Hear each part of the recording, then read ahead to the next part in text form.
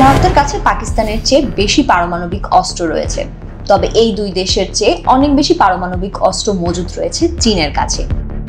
আর নিজেদের সেই পারমাণবিক অস্ত্র ভান্ডার আরও বাড়াচ্ছে চীন।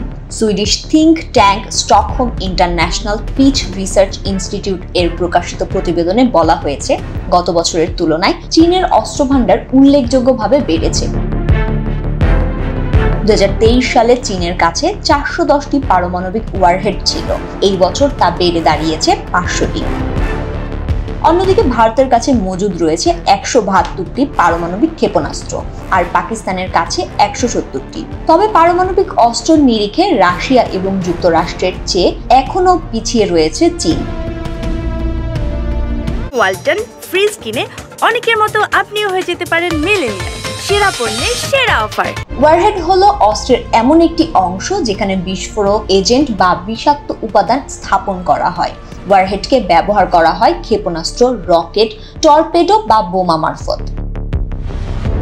SIPRI এর ইয়ারবুক 2024-এর তথ্য অনুযায়ী 9টি পরমাণু শক্তিধর দেশ যুক্তরাষ্ট্র, রাশিয়া, যুক্তরাজ্য, ফ্রান্স, চীন, ভারত, পাকিস্তান, উত্তর কোরিয়া ও ইসরায়েল তাদের পরমাণু অস্ত্রের মজুদ ভান্ডারকে আরও আধুনিক করে তুলেছে।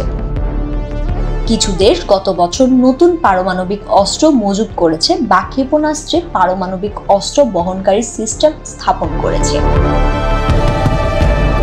ভারত, পাকিস্তান এবং উত্তর কোরিয়া এই তিনটি দেশই ব্যালিস্টিক মিসাইলের ওপর একাধিক ওয়ারহেড স্থাপন করার ক্ষেত্রে তাদের ক্ষমতা বাড়াচ্ছে, যা রাশিয়া, ফ্রান্স, যুক্তরাজ্য, মার্কিন যুক্তরাষ্ট্র এবং চীনের কাছে ইতোমধ্যে রয়েছে। প্রসঙ্গত, সাম্প্রতিক সময়ে চরম সংঘাতের পরিস্থিতি তৈরি হলেও পারমাণবিক অস্ত্র ব্যবহার করতে দেখা যায়নি কোনো দেশকেই।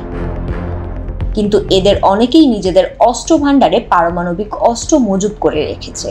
আর পরমাণু হাতিয়ারে বলীয়ান দেশগুলোর অস্ত্রাগার সমৃদ্ধ করার প্রবণতায় চিন্তিত হয়ে পড়েছেন বিশেষজ্ঞরা।